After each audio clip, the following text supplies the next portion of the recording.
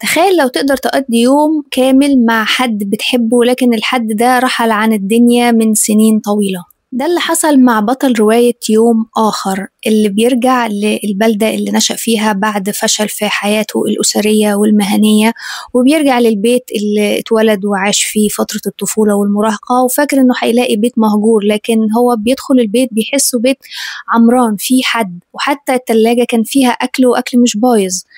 فبيبص كده بيلاقي والدته زي ما سابها آخر مرة وهي عندها حاجة و70 سنة.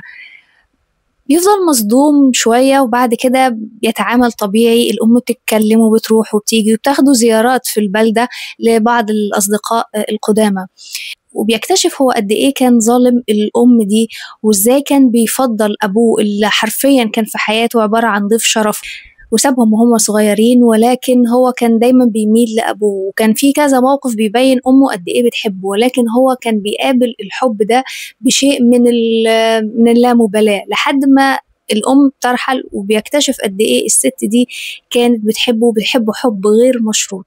كان مؤثر بالنسبة لي قوي إن أكتشف في نهاية الرواية إن هو بيحكي القصة بتاعته لبنته الوحيدة.